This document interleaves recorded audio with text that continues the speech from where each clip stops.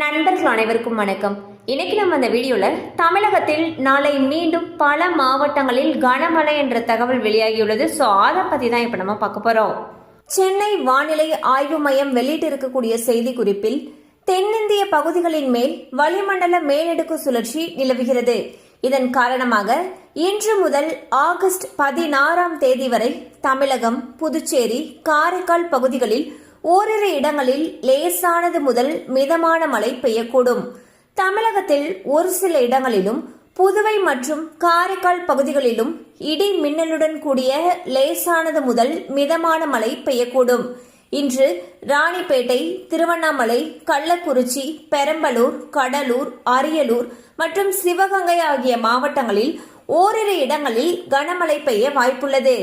சென்னை மற்றும் புறநகர் பகுதிகளில் நாளை வானம் ஓரளவு மேகமூட்டத்துடன் காணப்படும். நகரின் ஒரு சில பகுதிகளில் லேசான மழை பெய்ய வாய்ப்புள்ளது.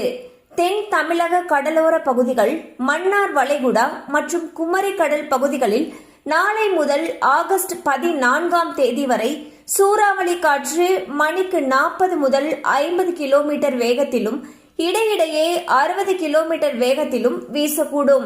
ஸோ பாத்தீங்கன்னா தமிழகத்துல மீண்டும் பல மாவட்டங்கள்ல கனமழைக்கு வாய்ப்பு இருப்பதாக வானிலை ஆய்வு மையம் அறிவிச்சிருக்காங்க. ஸோ மழை அதிகமாக பெய்யும் பட்சத்தில் அந்த பகுதிகளில் இருக்கக்கூடிய பள்ளி கல்லூரிகளுக்கு விடுமுறை விடப்படுவதற்கான வாய்ப்புகள் அதிக அளவில் இருக்கு. கண்டிப்பா அந்த அப்டேட் உங்களுக்கு பயனுள்ளதாக இருந்திருக்கும் நம்புறோம். மேலும் இது போல அப்டேட்ஸ் உங்களை உடனே ரீச் ஆகணும்னு நினைச்சீங்கன்னா நம்ம சேனலோட தொடர்ந்து இணைந்திருங்கள். தேங்க்யூ ஃபார் வாட்சிங்.